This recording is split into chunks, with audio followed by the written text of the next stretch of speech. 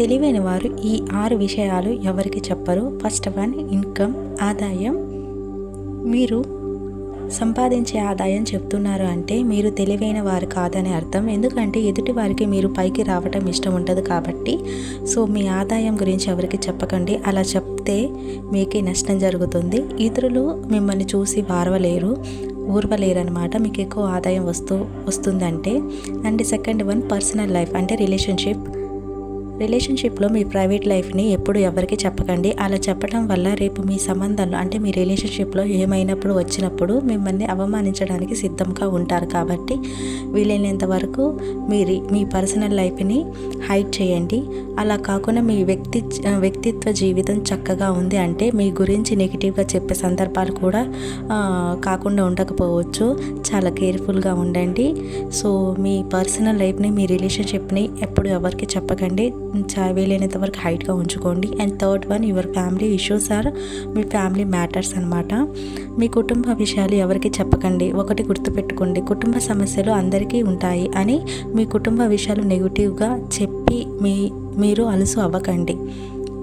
ఎదుటి వారికి చెప్పి మీరు అలుసు అవ్వకండి. మన ఆత్మీయులకు చెప్పొచ్చు, కానీ మనం అంటే ఇష్టం లేని వారికి, అలాగే పరిచయం లేని వ్యక్తులకు కూడా, అంటే అపరిచితులు అనమాట, అస్సలు చెప్పొద్దు. మీరు స్వయంగా పరిష్కారాన్ని వెతకండి.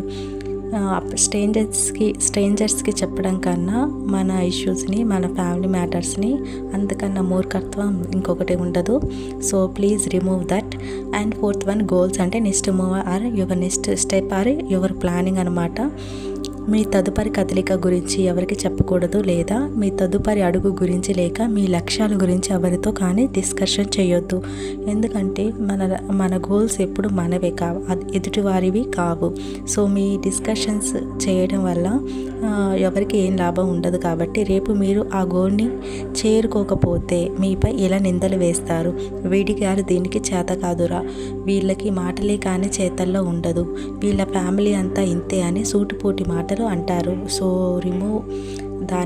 ఆ అలవాటుని ఫస్ట్ రిమూవ్ చేయండి, ఆ హ్యాబిట్ని. And fifth one, your friends secret. మీ ఫ్రెండ్స్ సీక్రెట్ని ఎవరికి చెప్పుకోకూడదు.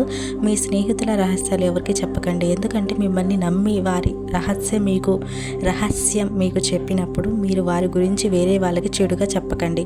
అలా చెప్తే మీకు మంచిది కాదు, అది ఎవరికి మంచిది కాదు. సో దాన్ని వీలైనంత వరకు హైడ్ చేయండి. And sixth one, your health అంటే మీ ఆరోగ్యం గురించి ఎవరికి చెప్పకండి. వాడు ఫలానా టైంలో ఈ పని చేశాడురా, వాడికి ఇంత కావాలి అని శాపనార్థాలు పెడతారు.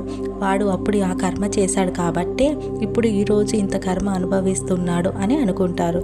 సో ఇవి ఎవరికి చెప్పకండి. ఈ 6 విషయాలు ఎవరికి చెప్పకండి. సో ఈ వీడియో కనుక మీకు నచ్చినట్లయితే లైక్ చేయండి, షేర్ చేయండి, and please do subscribe my channel. Thanks for watching. See you again next video.